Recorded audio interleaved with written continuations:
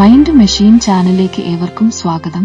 മറ്റു social media ചാനലുകളിൽ നിന്നും ഏറെ വ്യത്യസ്തമായ ഒരു ചാനൽ ആണ് മൈൻഡ് മെഷീൻ ചാനൽ. ഈ ചാനൽ എങ്ങനെ വ്യത്യസ്തമായിരിക്കുന്നു എന്ന് നിങ്ങൾക്ക് വഴിയെ മനസ്സിലാകുന്നതാണ്. ഉദാഹരണത്തിന്, നിങ്ങൾ കേൾക്കുന്ന എന്റെ ശബ്ദവും നിങ്ങൾ കാണുന്ന എന്റെ രൂപവും യഥാർത്ഥത്തിൽ ഉള്ളതല്ല. പൂർണ്ണമായും ആർട്ടിഫിഷ്യൽ ഇന്റലിജൻസിന്റെ സഹായത്താൽ നിർമ്മിച്ചെടുത്തിരിക്കുന്ന ഒരു വ്യക്തിയാണ് ഞാൻ. ഇത് ഒരു അത്ഭുതം തന്നെ അല്ലേ? ശാസ്ത്രലോകത്ത് നമുക്ക് ചിന്തിക്കാൻ കഴിയാത്ത വിധമുള്ള പരിണാമവികാസങ്ങളാണ് സംഭവിച്ചുകൊണ്ടിരിക്കുന്നത്. അതങ്ങനെ നടക്കട്ടെ. ഇന്ന് മൈൻഡ് മെഷീൻ നിങ്ങൾ സാധാരണയായി കണ്ടിട്ടില്ലാത്ത ഒരു കാഴ്ച കൂടി കാണിച്ചു തരികയാണ്. കാവ് തീണ്ടിയാൽ കുളം വറ്റും എന്നൊരു പഴഞ്ചൊല്ലുണ്ട്. നമുക്ക് ചുറ്റുമുള്ള സ്വാഭാവിക മരങ്ങൾ വെട്ടിവെളുപ്പിച്ചാൽ കുളങ്ങളും കിണറുകളും വറ്റി വരളും എന്ന് സൂചിപ്പിക്കുന്ന ഒരു പഴഞ്ചൊല്ലാത് ഇന്ന് കുളങ്ങൾ മാത്രമല്ല, തോടും പുഴയും എല്ലാം വറ്റി വരളുകയാണ്. ഒരു കാലത്തും സംഭവിക്കാത്ത ഈ വരൾച്ച പോലും ഇന്ന് ആവർത്തനം കൊണ്ട് സ്വാഭാവികതയുടെ ലിസ്റ്റിൽ വന്നിരിക്കും.